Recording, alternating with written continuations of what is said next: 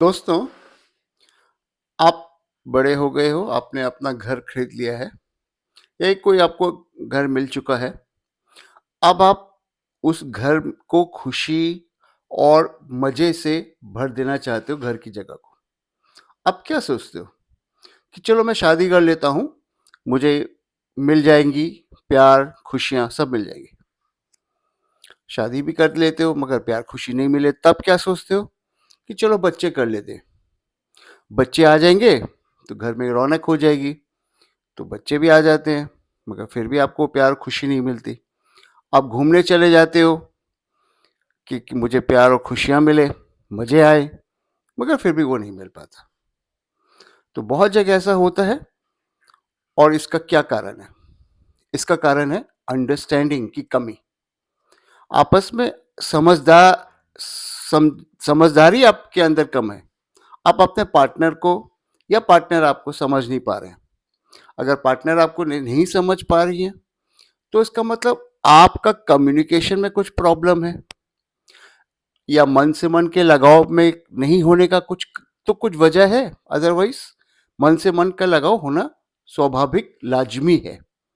तो यह lack of understanding किस तरीके से आपके करियर को भी खराब कर सकता है और सबसे पहले आपका एक सेक्स जीवन को नष्ट करेगा ही करेगा। चलिए हम लोग देखते हैं कि मिसअंडरस्टैंडिंग नहीं होने की वजह से जीवन में क्या-क्या प्रॉब्लमें आ सकती हैं। तो देखिए, जब मिसअंडरस्टैंडिंग होगी, मतलब अंडरस्टैंडिंग नहीं होगी, तो गुस्सा आएगा। गुस्सा आएगा तो झगड़े होंगे, झगड़े बढ़ते चले जाएँगे। जब एक लिमिट हो जाता है, जब बहुत ज़्यादा झगड़े बढ़ जाते हैं, तो मन दुखी हो जाता है और साथ में रहने का मन नहीं करता। सेपरेशन जैसा हो जाता है। अब सेपरेशन के बाद आगे मैटर कुछ बढ़े चाहे ना बढ़े, सेपरेशन अलगाव हो चाहे नहीं हो, लेकिन मन एक खराब हो जाने की वजह से सेक्स लाइफ का दी एंड हो जाता है। तो ये एक समस्या है और जिंदगी में सफलता की कुंजी है अंडरस्टैंडिंग। तो आज हम लोग देखते हैं कि इस अंडरस्टैंडिंग की वजह से जो सेक्स प्रॉब्लम होती है, जब सेक्स लाइफ खत्म हो जाती है, और उसको ठीक कर कैसे रिस्टोर किया जाता है। इसके लिए क्या होता है, हमारे सब भाई भाई लोग, बच्चे लोग क्या करते हैं, वो दुकानों में जाते हैं, कोई सिल्डेनाफिल खरीदता है, कोई टैडलाफिल खरीदता है, मगर कुछ दिनों बाद उसका एक्शन भी खत्म हो जाता है। उसको टैडलाफिल, सिल्डेनाफिल रेजिस्टेंस हो जाती है। अब हम लोग ये देखते हैं कि अब हम लोग कैसे इलाज करते हैं, जो हम लोग पिछले 30 सालों से सक्सेसफुल इलाज करते जा रहे हैं और जिसके बारे में कोई डॉक्टर, कोई किताब, कोई सेक्सोलॉजिस्ट कुछ बोल नहीं पाता। वो है, हमारा इलाज में सबसे पहले होता है आपका क्या स्वभाव है, आपका कैसा बर्ताव है औरों के साथ, उसको समझना।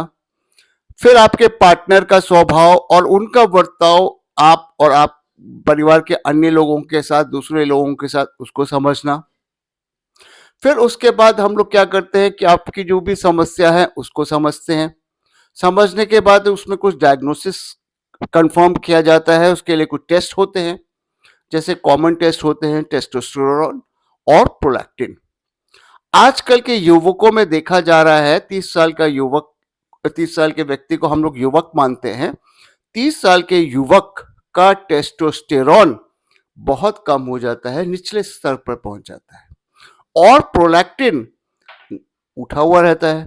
इसका मतलब यह है कि उसने जिंदगी में भारी स्ट्रेस, कष्ट, दुख उठाए हैं।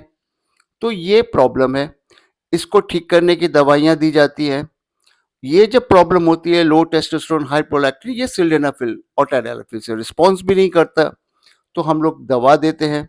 दवा में कई बार हर्ब का यूज किया जाता है, जैसे कि टेरिस्टेरिस टर्ब्यूलिस। वो एक बहुत अच्छा हर्ब है जो काम करता है, उत्तेजना को नॉर्मल दुरुस्त कर सकता है।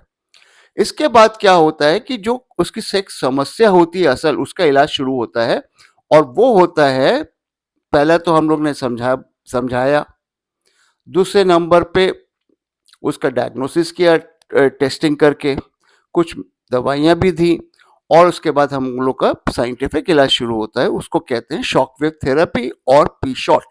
शॉक वेव थेरेपी में क्या होता है कि जो लिंग की नसें हैं, ब्लड वेसल्स हैं, उनको तोड़ा जाता है, टूटने के बाद वो अपने आप जब जुड़ती हैं तो नई सी हो जाती हैं। यही काम अगर शॉक वेव थेरेपी पूरे तरीके से ना कर पाए तो हम लोग पी शॉट देते हैं। पी शॉट में कुछ ऐसे कोशिकाएं लिंग में डाली जाती है जिससे वहां पे नया नवजीवन हो, नए तरीके से ब्लड वेसल्स बने और स्वाभाविक सेक्स करने की क्षमता वापस आती है। मेरी बात सुनने के लिए बहुत बहुत धन्यवाद।